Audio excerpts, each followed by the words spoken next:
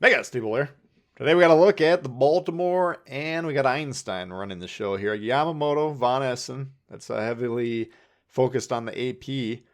And there's the ship build. Now, this game is going to be from the B-roll that we shot for yesterday's video. We named this cruiser the top tech tree cruiser going into 2022. And a few of you guys noted that the game looked like a little bit of a doozy. And of course, it definitely will be. It's a kind of a quick hitter game, but we thoroughly wrecked the enemy team with this one. So basically, we're in the middle here on neighbors, domination mode, and there's one destroyer per team. So the value of destroyers goes up the fewer of them there are. So in these one destroyer games, that's the most important ship by far on each team, okay? Now, we as the radar cruiser are the biggest threat to those destroyers, so we should be the top target. Everyone on the enemy team that sees the Baltimore should be shooting at it. They're as high priority as the destroyer in those cases, because you need to protect your own destroyer just as much as you need to remove the enemy destroyer.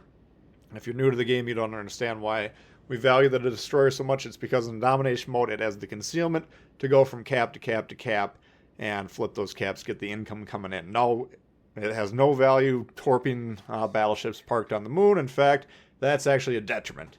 Okay, so don't get confused with what we're valuing the destroyers. Yeah, they can torp things, but big deal. They capture the caps, which is how you win the game. All right, so moving in here, we're trying to find a nice centrally located island. Baltimore, note the firing arcs on these guns here. We can shoot over a lot of ships, or a lot of islands, rather. It's not as floaty as like a light cruiser, like let's say we're in the Cleveland or something like that. But we can still get good action over a lot of these islands, so we can't be necessarily right next to the island to shoot over them, but we can get a little bit of spacing and protect ourselves that way. And very important in cruisers and in general, any ship you're playing, you really want to control who can shoot you. How many ships on the enemy team can shoot you at any given time. If you're constantly getting blown up, it's because multiple ships can shoot at you, and when multiple ships can shoot at you, assuming they're not stacked together in a refueling formation like most battleships, then they got access to your broadside. One or the other is going to be able to hit you in the sides, and when you get hit in the sides, then you're done. Okay, so that's kind of the theory.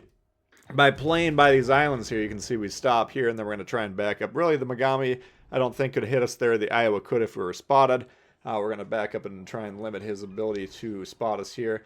And we're keeping an eye on these ships. A lot of times I fail to point this out because it's happening all the time. But when we're engaging these ships, let's say they're a big threat to us, like the Iowa. Well, if we see him shoot, for instance, as you did there, I'm not saying this actually happened, but I wanted to point it out because I think it happens a lot. You know, if you see these battleships shoot, then you can go ahead and shoot maybe one, maybe two salvos for free because the guns are discharged, obviously. Megami, broadside, and check this thing out right here. Nearly full health, nearly no health. Five citadels, 6 additional hits on top of that, it looks like. Stinging blow to the Megami, and down he goes there with some good help from the team. So we just removed our cruiser, and we're going to see a couple cruisers pushing in here, and that's not usually an experience play. Cruisers, you don't want to be charging into the fray like that, because that's what's going to happen to you. You're just going to get blown up. So we saw one cruiser attempting to rush there. The Iowa was still trying to push forward. I think he was the one that got us with the left hook earlier, and he's probably got ideas about sinking us, but we're going to try and put him down. And Shiratsuyo here is the lone destroyer.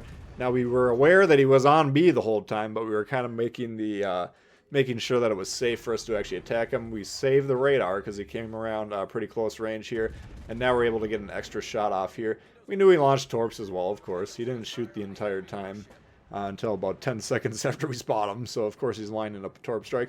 And even if he didn't have that telltale sign, let's say he shot and then disguised the torp launch during the reload, we're still going to assume, of course, point blank range, you just always want to react as though the torps are there. So we move forward, and that's another advantage of playing by these islands, is we basically can protect ourselves from those torps because you can't, squeeze them in on this tight angle going around there. So great idea to be trying to focus on these islands. And here's the other ship here. We see him on the map trying to figure out who's exactly rushing us. Go ahead and switch over to the AP preemptively.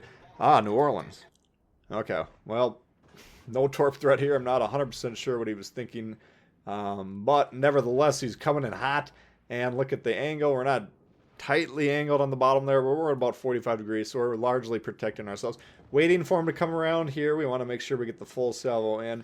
He's about 2/3 health. He's about... He gone! No health left after that one. And, ooh, Shiratsuyu pops back up. Can we get the double? And I get a little bit of a long reload on this, and then the shells take their time. Ponderous, unfortunately. Do get the Shiratsuyu, but we are not awarded by a present, or a studio visit from Little John, I guess is the best way to put it. No double strike. Florida. Now, Florida, not my favorite ship. Hard to protect yourself in that thing.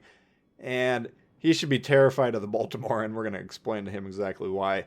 Via our actions. We're not even going to use our words. We're just going to demonstrate to him the full power and or the power of this fully armed and operational battle station. I'll try and get the quote right. But there we go. Just go ahead and whack him. About half his health there. And he's attempting to angle now. He's got some secondaries going off or whatever, but everyone's piling in on him. Knock out the guns there, get a little bit more damage. And he's in trouble. Alright, so this is what we're talking about when we're surrounding ships like this. You can't really angle against all of us. And we have just as dangerous AP as like the battleships to the northeast. So it looks like he's more primarily trying to angle against. So options are limited here. He's not going to last very long. We tried to get that front section knocked out there, but for some reason a lot of those shells look like they dropped low on that last salvo. Anyways, we're up to 118,000, not too bad. 42,000 is our own HP, so we're on pace to triple it, which of course is a good output for any ship to be able to do. And, you know, the sound play here, go ahead and get on B. I'm looking at the guys on the southwest part of the map. They look like they're going to sail through it. Not likely to lose this game, let's be honest here. We've lost one ship. They got one ship remaining. And we're a couple minutes away from winning on the background score just running up. So I'm not that concerned about B, but of course we should always point out that that is the sounder play than chasing damage. If this game was anywhere closer than it is, I would immediately go to B, make sure that it's secured, and then move in here, see if we can get some damage. Okay. But you can see here 10 citadel shots, and ships are having a real hard time protecting themselves angling against this.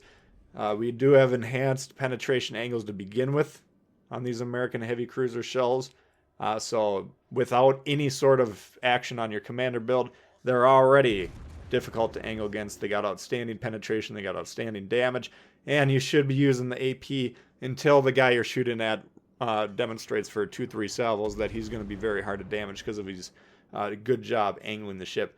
If he's making mistakes and you're hitting him with the AP, then you're going to be putting up some huge damage. So outstanding. The main weakness of the Baltimore, of course, no torpedoes. So when we're playing these island positions, if they have something that can rush us and get access to broadside or hit us with torps, then we're kind of at a disadvantage in those situations compared to something like a hipper where we got outstanding torpedoes on that. You try and rush the hipper, you're going to get in serious trouble.